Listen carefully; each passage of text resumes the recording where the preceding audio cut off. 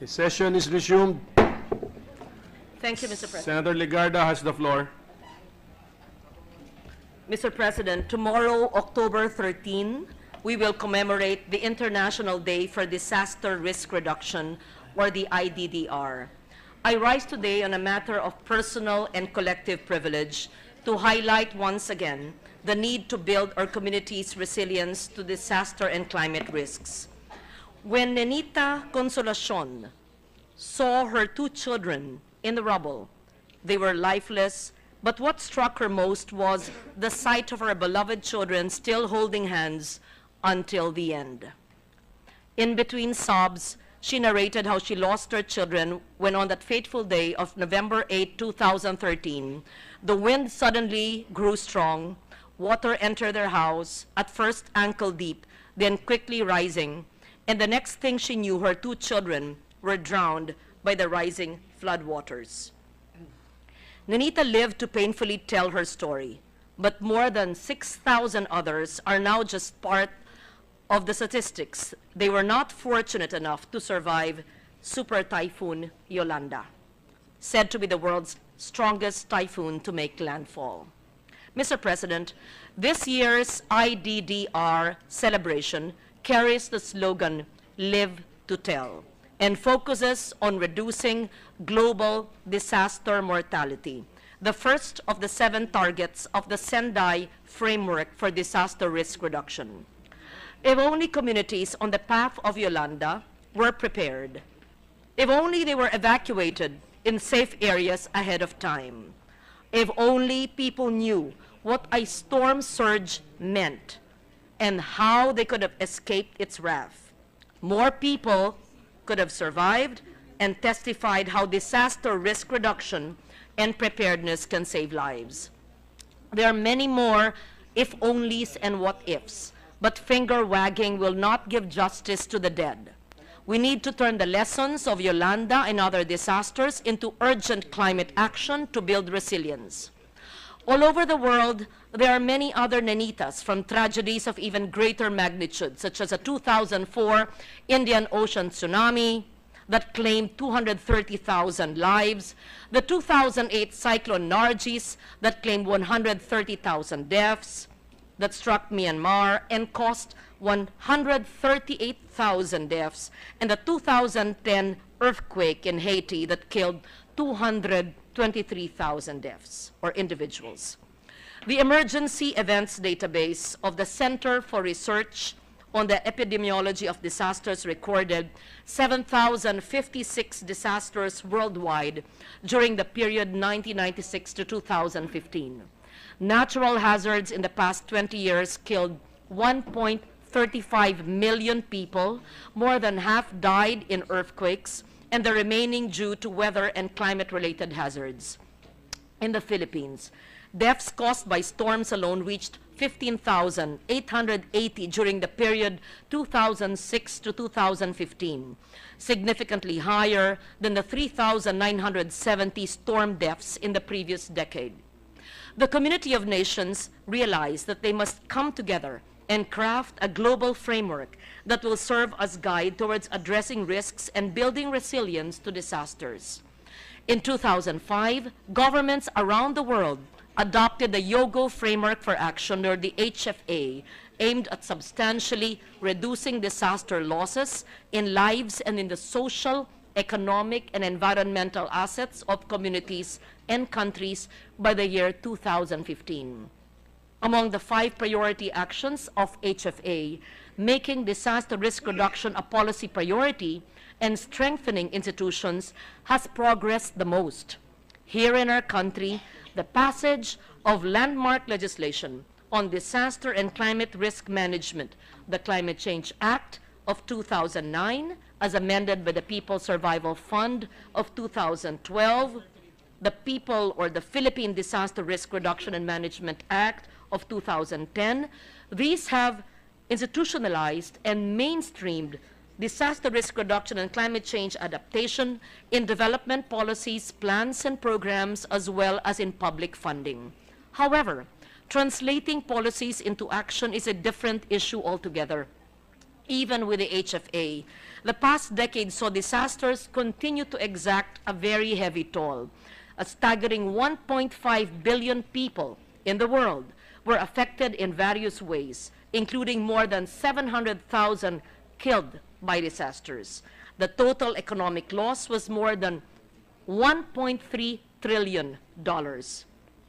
In 2015, at the third UN World Conference on Disaster Risk Reduction in Sendai, Japan, the UN Office for Disaster Risk Reduction led nations in crafting a new framework that focuses on a more targeted approach to effectively guide nations and communities in managing risks and preventing the creation of new risks. The Sendai framework for DRR outlines 7 global targets to be achieved by 2030. First, substantially reduce global disaster mortality. Second, substantially reduce the number of affected people globally. Third, reduce direct economic loss in relation to global GDP. Substantially reduce disaster damage to critical infrastructure and the disruption of basic services. Substantially increase the number of countries with national and local disaster risk reduction strategies. Substantially enhance international cooperation to developing nations, substantially increase the availability of and access to multi-hazard early warning systems and disaster risk reduction information assessments. In the first year of the Sendai framework, we are asked, what are we doing to implement the first target to reduce mortality? The UNISDR cited as an example the Metropolitan Manila Development Authority's Metro Manila Shake Drill, an annual earthquake drill launched in 2015 that aims to prepare citizens and communities in the event the big one occurs. According to the 2004 Metro Manila Earthquake Impact Reduction Study, or the MAMIRES of the Japan International Cooperation Agency, or JICA, a 7.2 magnitude earthquake in Metro Manila may destroy 40,000 of residential buildings, cause 34,000 deaths, injure 114,000 individuals, and the ensuing fires may also result in 18,000 additional fatalities. The Philippine Institute of Volcanology and Seismology, PHIVOLCS, already warned that a West Valley fault is ripe for movement. We just cannot predict when it will happen. Meanwhile, we have been experiencing harsher storms and monsoon rains, stronger episodes of El Niño in the past years due to climate change. In the face of imminent threats and the new norm, we cannot do business as usual. We must invest in disaster risk reduction. It has been estimated that the economic impact of disasters will be reduced by $7 for every $1 spent on DRR. Mr. President, in my capacity as your chairperson of the Committee on Finance, we were able to transform the 2016 budget into one that is climate adaptive and disaster resilient. Under the 2016 GAA, the implementation of programs, projects, and activities should contribute towards preventing the creation of new disaster risks, reducing existing disaster risks, building the resilience of local communities and the nation as a whole, towards achieving the goals under the Sendai framework for DRR, the Sustainable Development Goals, or the SDGs, adopted last September 2015, and the country's intended nationally determined commitments. We have mainstreamed provisions that ensure that the implementation of government programs would contribute towards building resilience, including on the maintenance and operation of dams, repair and retrofitting of public infrastructure, the resilience of agricultural communities, and the building of evacuation centers in every region of the country. We likewise reiterated the enforcement of our environmental laws to strengthen disaster resilience. We will continue, with your support, to do this in the 2017 national budget. But how do we translate these policies into programs that will actually reduce measurable disaster risks? It is critical that we strengthen our adaptation actions at national and local levels. Examples of these are preparing risk assessment, protecting our ecosystems, improving agricultural methods, managing water resources, building settlements in safe zones, developing early warning systems, instituting better building designs, improving insurance coverage, and developing social safety nets. Engaging rural people in decision-making, especially to understand autonomous adaptation and the interplay of informal and formal institutions, plays an important role in strengthening public decision-making. Reducing disaster risk is key to poverty eradication and sustainable development. We need to strengthen local risk governance, enhance the resilience of rural livelihoods, preserve the integrity of our ecosystems, and promote the resilience of culture and indigenous peoples. The Sendai framework for DRR urges us not to manage disasters, but to manage the risks so that natural hazards would not turn into disasters. There are many more Nenitas in the world who were given a second chance to live and tell a painful story that could hopefully touch hearts and enlighten minds about the urgent need to make disaster risk reduction and climate change adaptation a priority of government. I hope we could all heed the call for action. Let us all take a proactive role in making the Sendai framework work for us. Let us prove that our nation remains steadfast in its commitment to building a more resilient and sustainable planet. Thank you, Mr. President. Thank you, Senator Legarda. Majority Leader.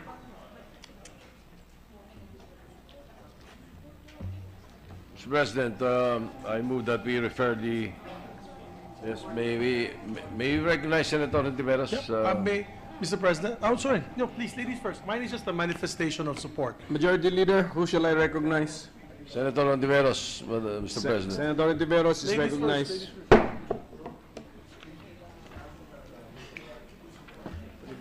Thank you, Mr. President. Thank you, Majority Leader and the good senator from Bukidnon. Would the good senator from, as Senator Gordon said yesterday, from everywhere, yield to a few questions? Yes, it would be my pleasure to answer the queries of the good senator from everywhere, too, who has been very supportive and joining me in our budget hearings as well. Thank you, Mr. President. Madam Senator, Mr. President, rather, I picked up my ears when the good senator mentioned not just disaster risk reduction, but another way of wording it, managing the risks from disasters. Yes. Because as the good senator, I'm sure is aware, there's also that field within disaster risk reduction of disaster management for health, which according to not just the Sendai strategy, but references such as the World Health Organization, the Health Protection Agency, and the UN International Strategy for Disaster Reduction, is built on the premise that the health of the people is inextricably linked to the health of the environment. So I wonder, Mr. President, what the good senator thinks are a few or is one of the most important links between the health of a population and our capacity to reduce the risks of disaster to us, or to enable us to be more resilient and responsive in responding to these disasters. Definitely, Mr. President, when we speak about reducing risk, that would inextricably and inevitably refer to health hazards as well, because every environment hazard is a health hazard as well. What am I referring to? Something as basic as water, potable water, and sanitation. The non-availability or the absence of these, even during times when there are no natural hazards, no storms, no storm surges, no floods, would be a risk to the health and a risk to the environment. During times of typhoons or habagat, when there is flooding, the proliferation of disease, dengue, cholera, malaria, and all the vector-borne diseases. This happens all the time, and if we don't even clean our surroundings, we are afflicted with all these vector-borne diseases. So, and who are the most vulnerable populations when it comes to these hazards? It's the women and the children. Yung ina ng tahanan na siya pa mismo ang nag-iigib ng tubig para sa kanyang pamilya. Siya ang nag-aaruga sa kanyang mga anak. Siya ang naghahanap ng malinis na tubig para magluto para sa kanyang nagugutom na pamilya, pati na ang kanyang asawa. These everyday happenings occur in many places in Metro Manila and in rural areas in the country. Just yesterday, in our Department of Health Finance meeting, it shocks us to learn, Mr. President, that in this day and age, 8% of our population do not have private toilet facilities. In fact, 8 million of our population do open defecation.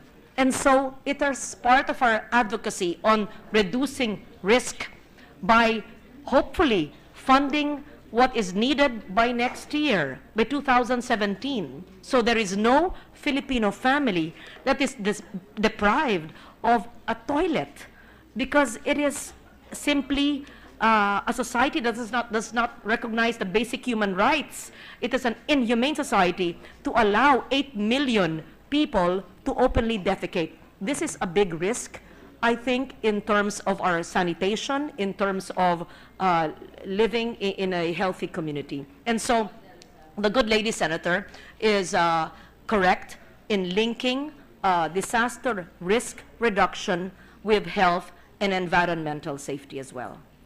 Indeed, Mr. President, as the WHO Assistant Director General for Emergencies articulated, the framework is really that health and disaster risk reduction, so health including sanitation, as the good senator gave a specific example of, health and disaster risk reduction are deeply connected, because he said healthy people are resilient people, and resilient people recover more quickly from disasters.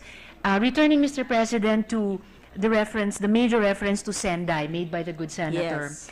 Experts stressed during that Third World Conference on Disaster Risk Reduction in Sendai in 2015 that resilient health systems can reduce underlying vulnerability, protect health facilities and services, and scale up the response to meet the wide-ranging health needs in disasters.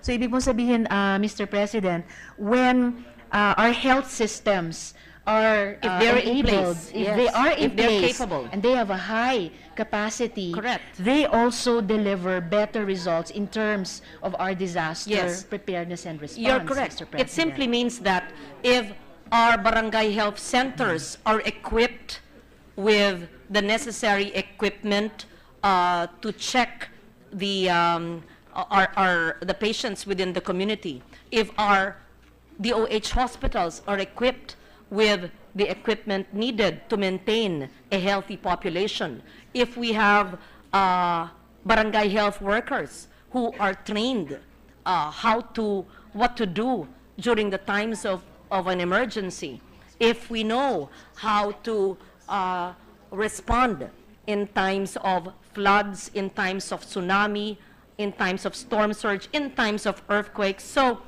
having the infrastructure, whether in terms of buildings, big or small, health center in the barangay or a provincial or regional hospital, but also having the personnel who are trained of thinking 10 steps ahead, of not only in responding after the storm has hit, but actually are pre-positioned in the areas which are vulnerable, in areas which are predicted to be hit by strong winds, gusty winds, or typhoons. This is very important. And that is the reason why the NDREAM-C law had changed the previously named Calamity Fund into the NDREAM Fund, where a portion of it is actually used or allowed to be used for the pre-positioning of equipment, personnel, and services, so that it would not only be response-oriented. And this deals a lot with the health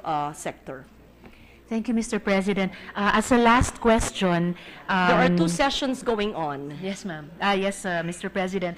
As a last question, at least for this afternoon's interpellation of the privileged speech, and then in closing, I'll just put two further questions on the record for further deliberations. But as a last question for this afternoon, Mr. President, healthcare systems provide core capacities for disaster risk management for health, especially on two major points. It said that countries with well-developed systems are often much more resilient and better prepared for disasters, especially on these two major plans, Mr. President. First, primary health care. Primary health care focuses on basic services to improve health status, which in turn builds communities' resilience and provides the foundation for responding to emergencies. And secondly, community-based actions, such as the ones being described by the good senator. Community-based actions are at the front line of protecting health in emergencies.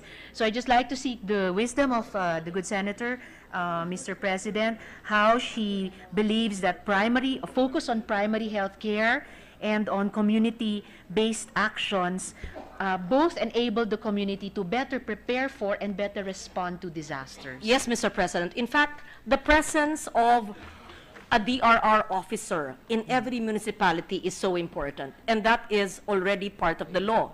Let's even go into the smaller political units. If every barangay would have a DRR officer, if every purok or sitio would have a DRR officer. If you noticed the slide earlier, when I showed the slide of San Francisco Municipality in Camotes Island, they were at the eye of Typhoon Haiyan, but there was zero casualty because the mayor and the councilors in the area were DRR engaged. They prepared food packs, they evacuated families in the vulnerable areas, by the coastal areas, and they did not have any support from the national government, but it was a community-driven, local, community-based climate action that they did, and there was zero casualty. There are many more examples of those local communities who don't need much resources, but just have to have a change of mindset. So if a municipality in the Visayas can do that, I am certain that other areas of our country can replicate this feat as well. And so I say it because we keep on having the same number of deaths, the same number of casualties, and so much to rehabilitate after a natural hazard strikes. As I said in my last sentence, these natural hazards don't have to turn into disasters if we are prepared. Thank you to the good senator. And in closing, Mr. President, I'd just like to put on record two more questions that perhaps the Committee on Finance can treat of more as we consider the budgets of the Department of Health, DNR, and the whole proposed General Appropriations Act. The first of these questions, Mr. President, is, as the chair of the Committee on Finance, could the good senator give any interventions to help the Department of Health to ensure that our hospitals are resilient, that infrastructure will be preserved even in times of calamity? And lastly, Mr. President, how can women be further involved in DRRM planning and implementation? Oh, those are Thank very you to good the questions senator. because, in fact, first on your question on hospitals, I believe it was 3 years ago. I can give you a copy of my privileged speech. There was a Safe Hospital campaign of the UNISDR, and the Safe Hospital campaign should have been integrated into how the DOH would manage its hospitals, but perhaps it would be good and instructional to actually have this as a special provision in the DOH budget in reference to their preparedness insofar as the DOH hospitals is concerned. Now, second, gender and climate change, or gender and DRR. This is every inch a gender issue. As I said, it is the women who bear the brunt of disasters because we are considered a vulnerable population. It is the women who have difficulty in trying to cope in the aftermath of a disaster. And so preparing women, again, this can be an activity perhaps of the Philippine Commission on Women, the National Commission on Women. There could be a special provision for that. We can also request the DILG through the local government academy to prepare a curriculum for preparedness for DRR, especially for perhaps women LGU leaders or even women community leaders, to prepare a curriculum so that they can be DRR aware. Thank you, good Senator. I thank you for Mr. your very President. enlightened interventions and would appreciate special provisions that you may request or that you may introduce as we do the General Appropriations Act. Thank you. Mr. President, may I move to recognize Senator Migsubiri for a manifestation without asking Senator Legarda to give up the floor, because there will be an interpellation thereafter from Senator De Lima. So Senator Subiri. Senator Subiri is recognized to give his manifestation. Thank you. I have no further questions. I have no questions, rather, to ask the good senator from Antique and the Republic of the Philippines. I would just like to associate myself with her speech together with Senator Alan Cayetano, who mentioned earlier, to mention him as a supporter of her message and advocacy, together with Senator Joel Villanueva, who also went up to me and said that he supports the climate change advocacies of Senator Loren Legarda. It's obvious that Senator Loren Legarda is our climate change advocate. She is our Miss Climate Change. And Senator Gordon is our Mr. Disaster, being the chairperson of the Philippine Red Cross. So they go hand in hand. But levity aside, Mr. President, I'm glad that we have someone like her in this chamber that tirelessly fights for her climate change advocacies and climate change mitigation. And I'm not saying that because she's also the chairperson of the Committee on Finance. Thank you, Mr. President. I appreciate the kind comments of the senator from Bukidnon. Thank you, Senator Subiri. And I don't want to go head on with Mr. Senator Disaster. Don't worry, Mr. What's the President. pleasure of Senator Gordon? I'm not going to create a disaster, Mr. President, but the remarks of the gentleman from Bukidnon are really in aid of budget insertion. In other words, nagsisip-sip siya doon sa chairman ng Committee on Finance. Thank you, Mr. Chairman. Mr. President. Thank you for that manifestation, Senator Gordon.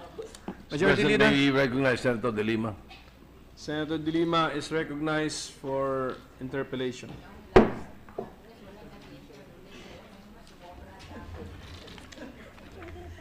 Thank you, Mr. President. Thank you, Mr. Majority Leader.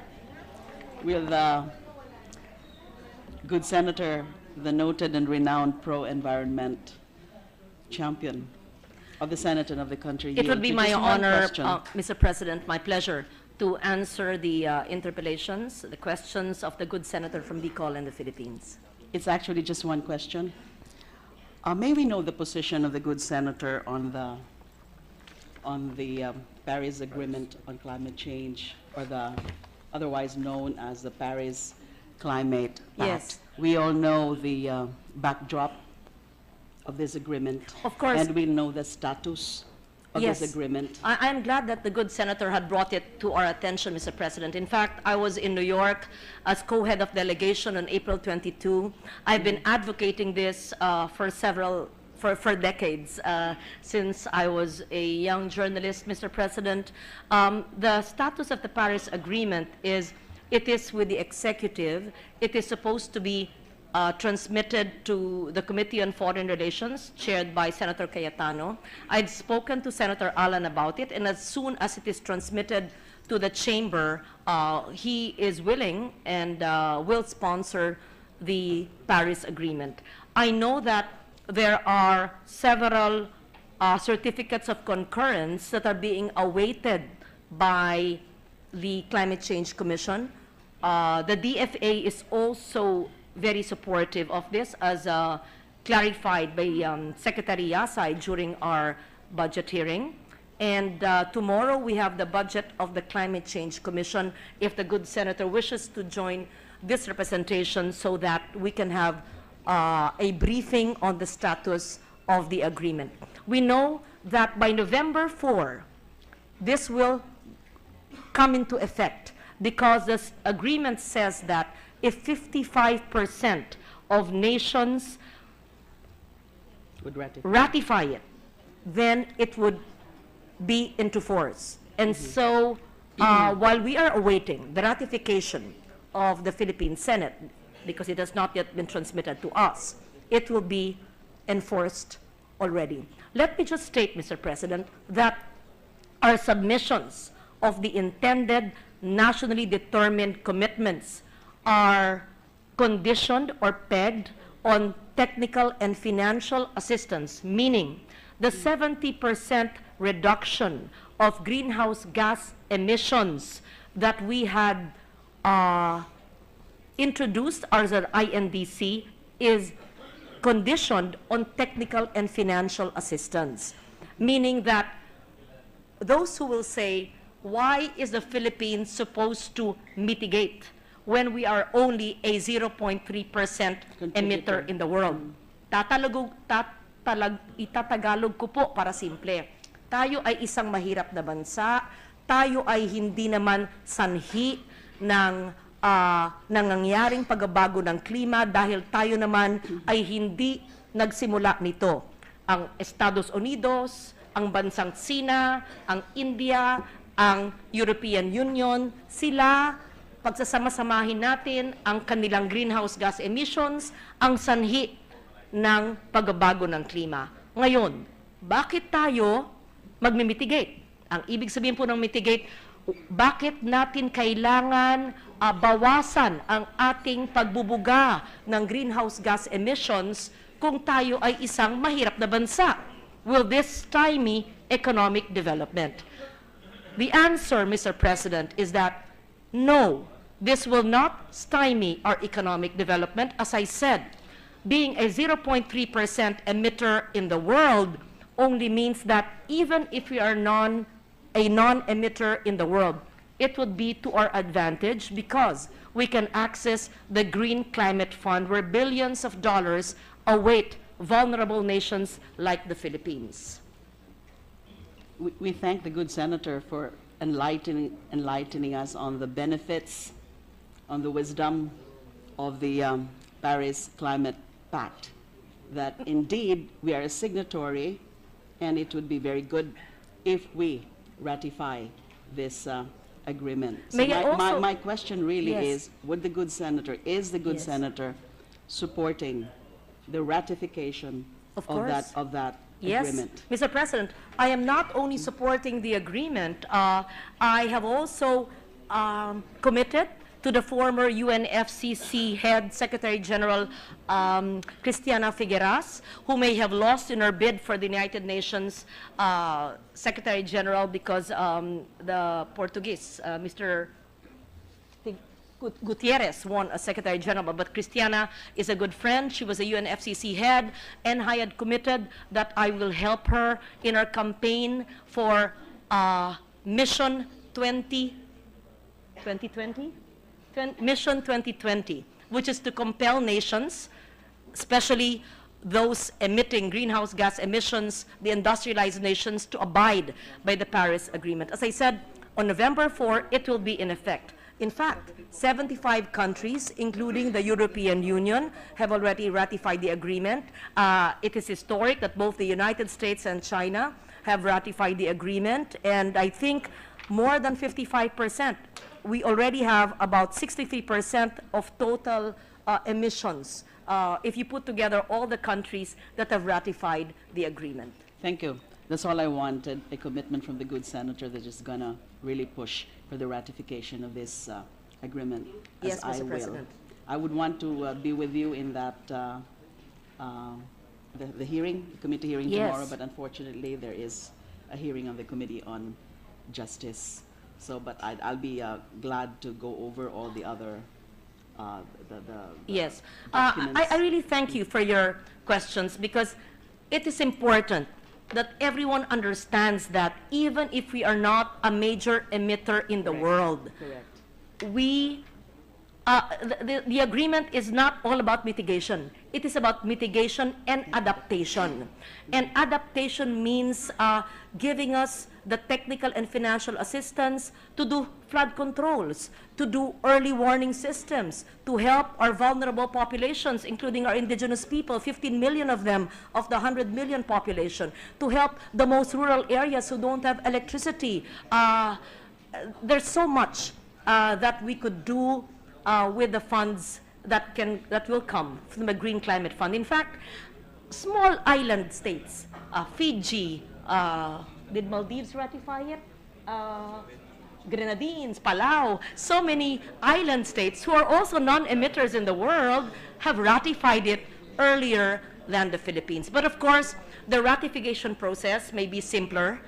Maybe it's a matter of signature of their minister, but here in the Philippines, the timing was not very good because the previous administration did not finish the process of ratification because it was a campaign season, and it was inked on April 22. There was only session for a few days. We could not tackle it, and there was no transmission done to the Senate. Thank you. Indeed, there's so much to benefit Yes, from that agreement if we so ratify. and nothing Thank you to so much. lose. Thank you, Mr. President. Thank you. Thank you, Senator De Lima.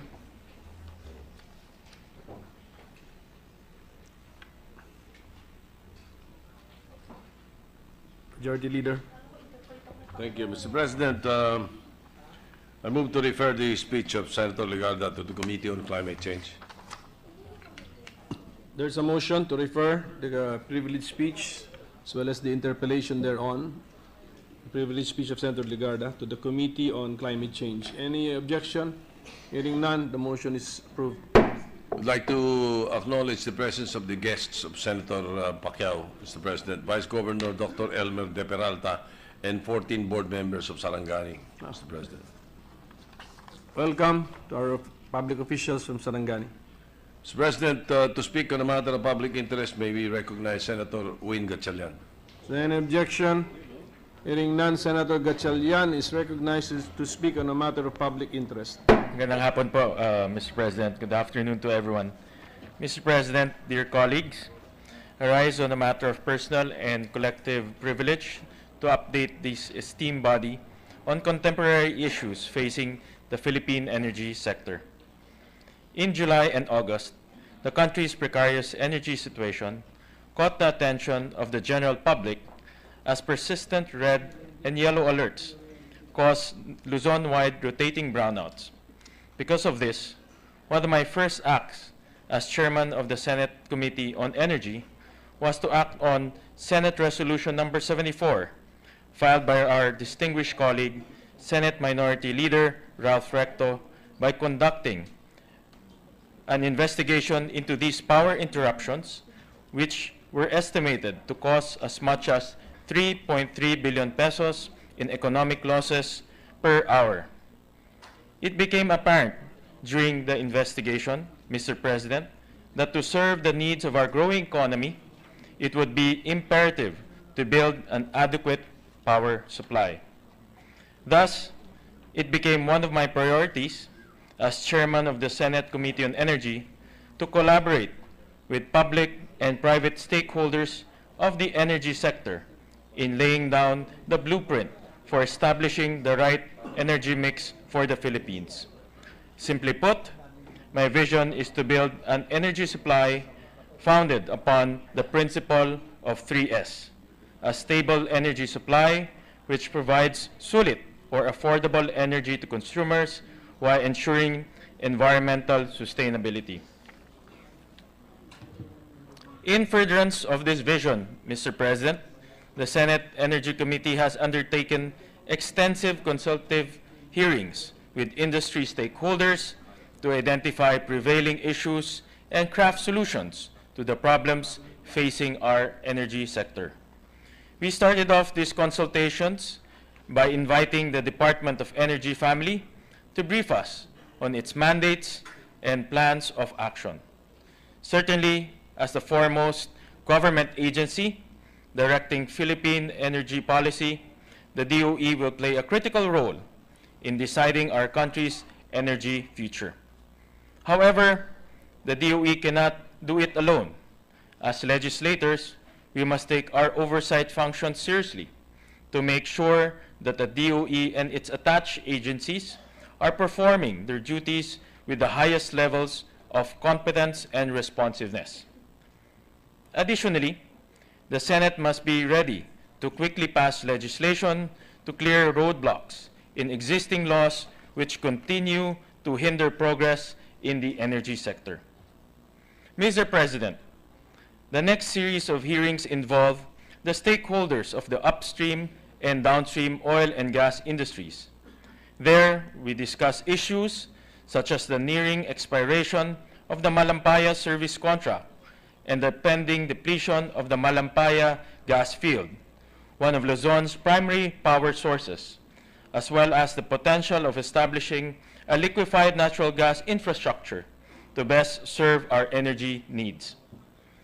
In the coming months, we will need to further discuss the prospects of our oil and gas industries in relation to the exploration of the West Philippine Sea, where abundant energy resources sit untapped beneath contested waters. Indeed, it could be said that the midterm prospects of reducing our dependence on foreign energy sources will be decided by how the current administration handles the continuing dispute in the West Philippine Sea. Personally, I hope that this administration's emerging independent foreign policy agenda will also serve as a catalyst for achieving Philippine energy independence by vigorously upholding and defending our exclusive sovereign rights to explore and develop resources in the West Philippine Sea. Our next task, Mr. President, was to discuss challenges facing the renewable energy subsector, to discuss challenges concerning the feed-in tariff, net metering policy, and other issues related to the implementation of the Renewable Energy Law. Truly, the sustainability of our energy supply is closely tied with the development of expanded clean energy projects which will help the Philippines reduce its carbon footprint as we strive to fulfill our commitment to preserve the environment. In this context, we must renew our efforts to fully implement the Renewable Energy Law. Lastly, but certainly not the least, Mr. President, we invited stakeholders to discuss the state of our power sector. From this discussion, it became clear that our electricity supply is nowhere near as stable as it needs to be. This instability, if allowed to continue, will dampen the Philippine economy's robust growth outlook. Apparently, one of the causes of continuing instability is our woefully inadequate transmission grid, which keeps excess power trapped away from it is needed. There is a great need to formulate and implement a new transmission development plan, which will close the loop once and for all through an integrated national power grid connecting Luzon, Visayas, and Mindanao. Mr. President, after spending all of those hours talking to energy sector stakeholders, it is clear that we have a long way to go towards realizing our vision of a stable, sustainable, and affordable energy supply in this country. Rather than be discouraged, however, I believe that we should rise to the challenge. Through coordinated action, the Senate can help achieve change in the energy sector. For example, allow me to highlight one issue ripe for legislative resolution: the thick layers of red tape surrounding the construction of badly needed power generation projects. Given the intensive capital cost and technological issues of undertaking energy projects, they take years to complete. Therefore, the key to building a stable energy supply is to make sure that commercial plants come online following a strict schedule based on properly forecasted demand. However, Mr. President, the ridiculous bureaucratic struggle that interested developers must go through in registration, pre-development, conversion, and development stages is a strong disincentive for investors, especially foreign investors with significant amounts of capital to enter the field. Certainly, uncertainty about receiving permits on time or about being approved at all is a formidable barrier to entry for firms. To show just how thick the red tape is, Mr. President, let's take runoff river hydro plants as an example. Look at the slides here provided by PhilHydro Association, showing the permitting process flowchart. The regulatory process one must go through in order to get a hydro plant off the ground and running is literally a labyrinth of forms and signatures. According to this data, it takes a company interested building in run-of-river hydro plant 1,340 days to obtain all of the permits necessary before starting construction. That's more than 3.5 years. During that time, the proponent of the plant will have to secure at least 359 signatures from 74 regulatory agencies and attached bureaus.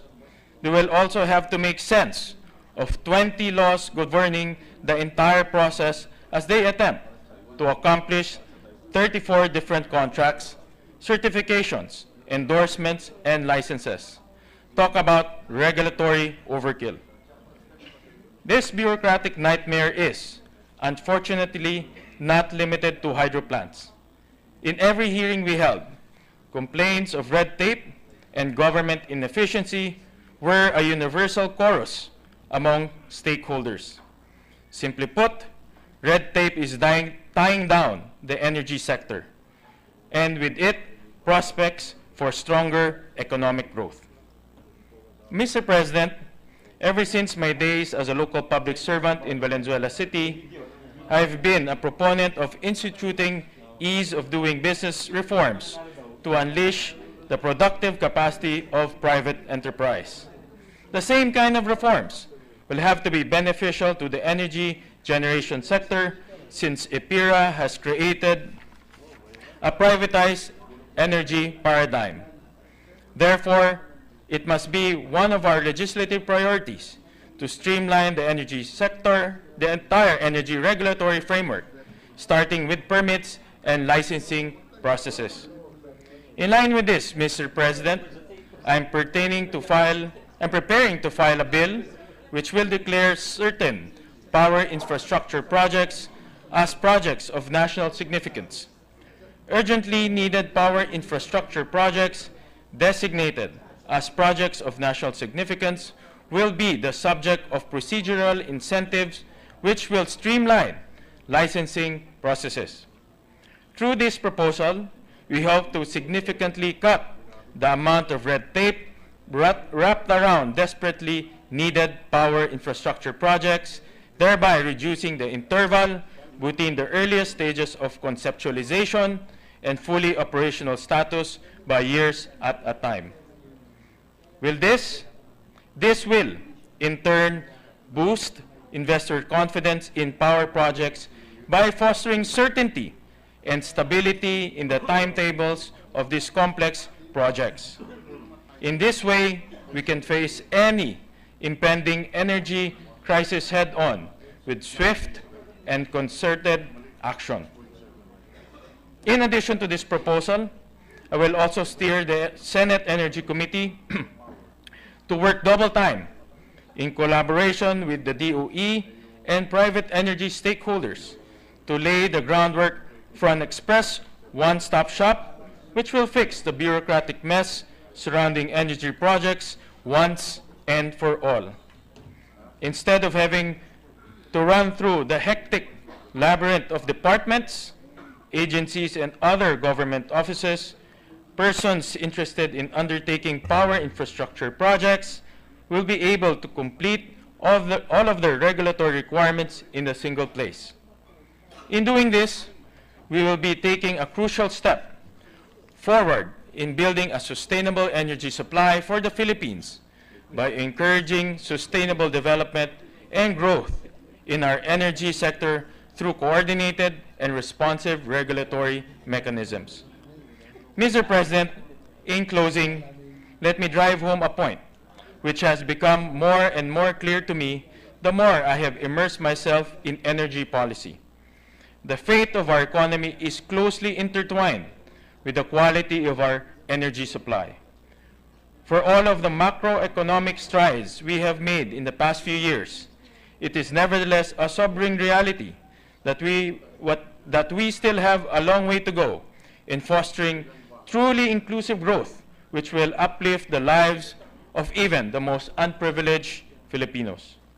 We can only achieve this type of sustained growth by building a stronger economic machine, powered both literally and figuratively by a stable, sustainable, and solid energy supply. Otherwise, our long-term economic prospects will grow dark, and we must never let that happen. Thank you, Mr. President, and good afternoon. Thank you, Senator Gatchalian. Mr. President. It's the pleasure of Senator Legarda.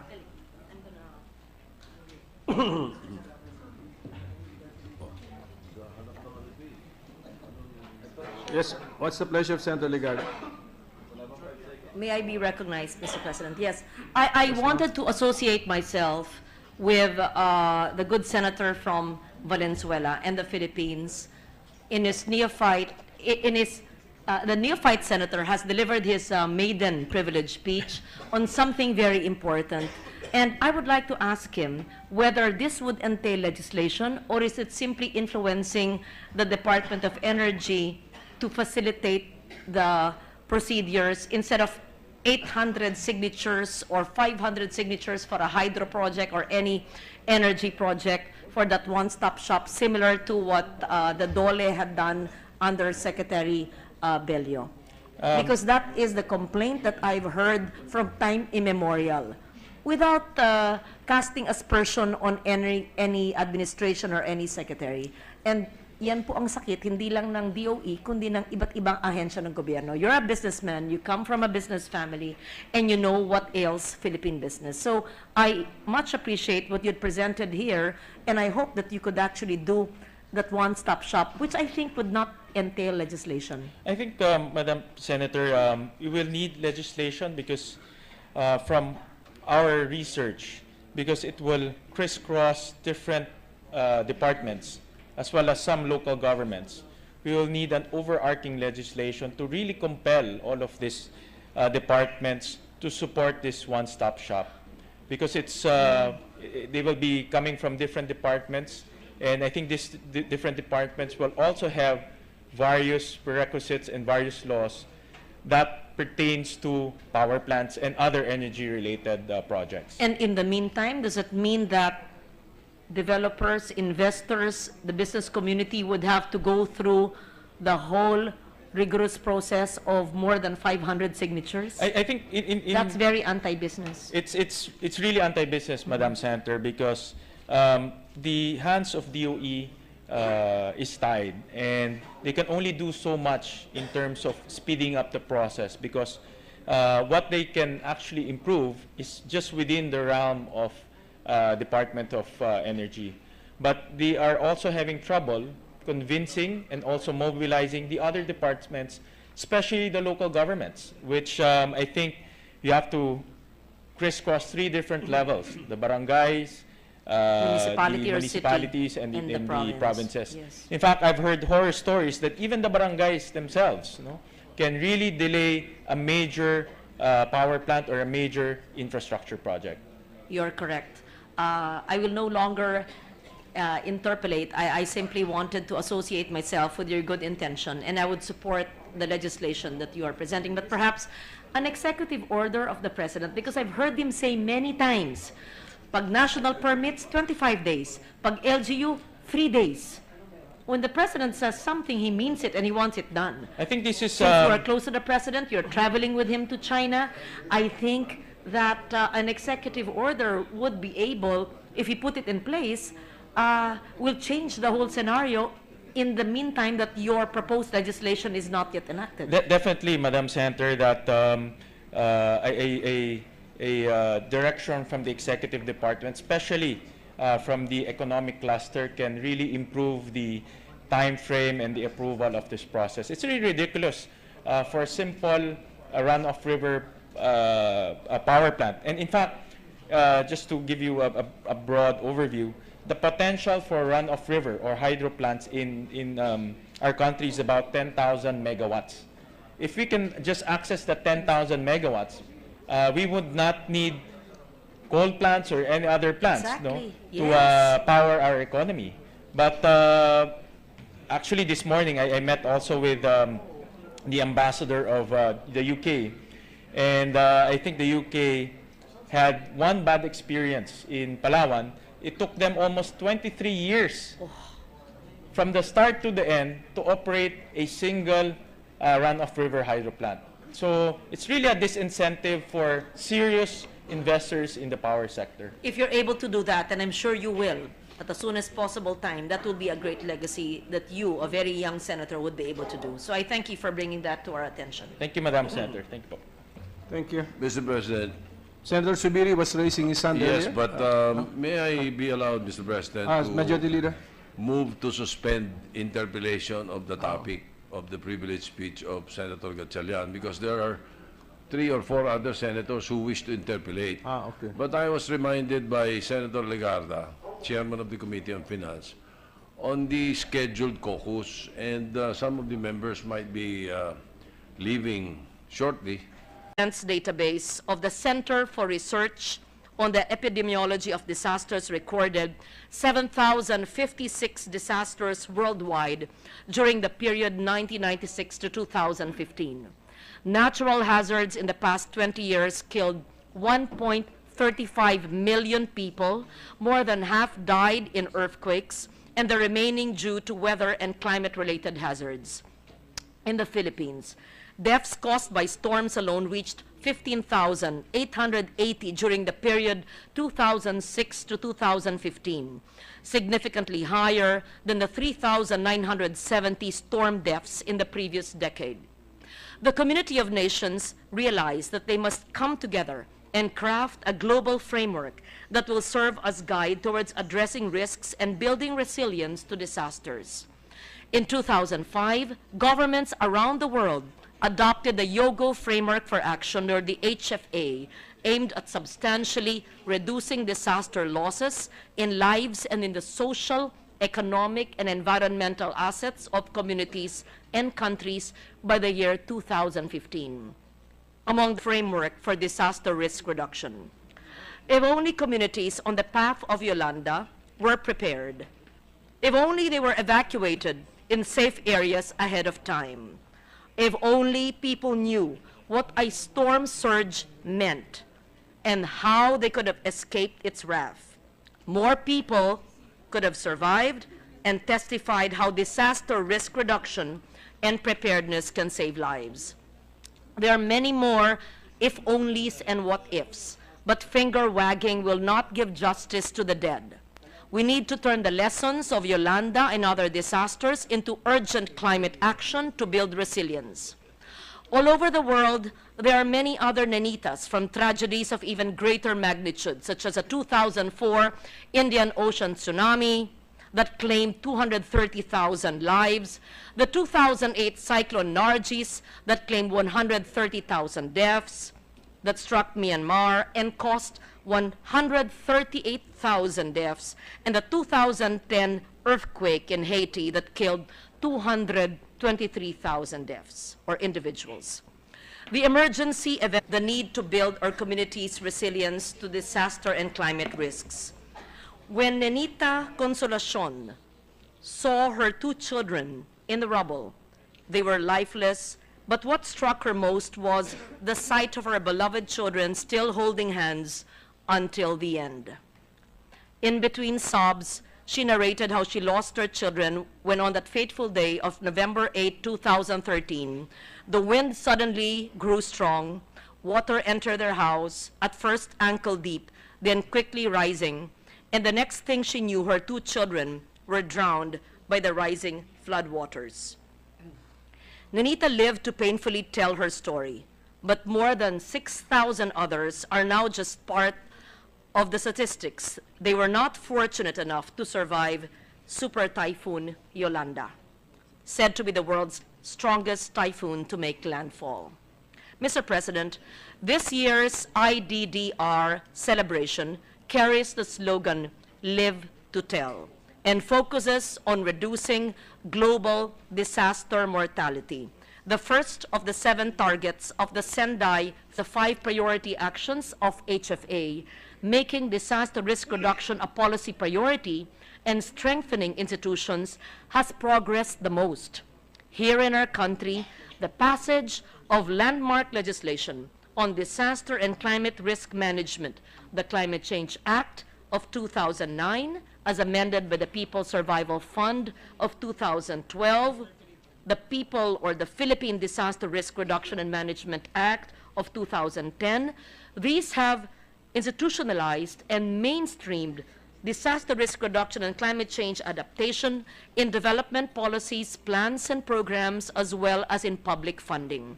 However, translating policies into action is a different issue altogether.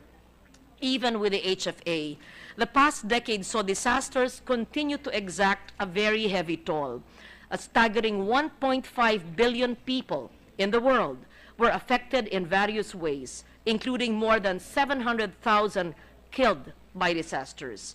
The total economic loss was more than $1.3 trillion. In 2015, at the